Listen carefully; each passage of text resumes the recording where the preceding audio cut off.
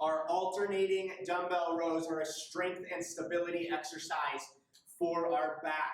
They're going to be similar to a normal bent dumbbell row, except we're working one side at a time, having to use our core to stabilize that other weight throughout that movement. So starting position for this, we're going to grab those weights, feet about hip distance apart, hinge on over, back staying nice and straight, head staying in line with the spine.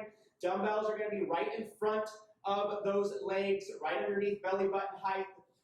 Palms are going to be facing each other. We're going to keep that core nice and tight as we bring one dumbbell up as high as we can, squeeze our shoulder blade, control it back on down, and then alternate the other one. So back and forth on those alternating dumbbell rows. That is a typical alternating dumbbell row. However, a variation of this one that you may see is our alternating dumbbell row from the top, which simply means you're going to hinge on over, get into that same position, pull those weights up nice and high in the top portion of that dumbbell row. We're going to hold here as we lower one down and back up, and then the other one down and back up. This one's typically a little tougher because you're having to keep those shoulder blades and that upper back contracted throughout that entire movement as you lower one down and back up instead of keeping them relaxed at the bottom as you alternate. Biggest mistakes made on this exercise, number one, just like on a normal dumbbell bent over row, not keeping the back nice and straight and the legs slightly bent. So what that looks like, sometimes people will lock the legs, they'll hinge on over like this, that's going to put more strain on the back.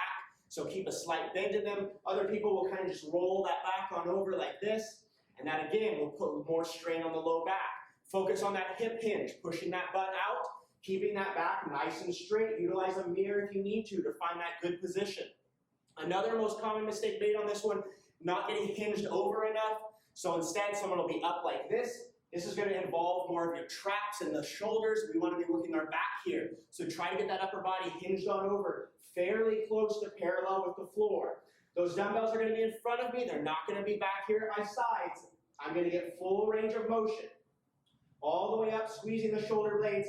Control it back down, all the way up on the other side. Keeping those abs nice and tight throughout that movement. Start off slow. Make sure you're getting the fundamentals down.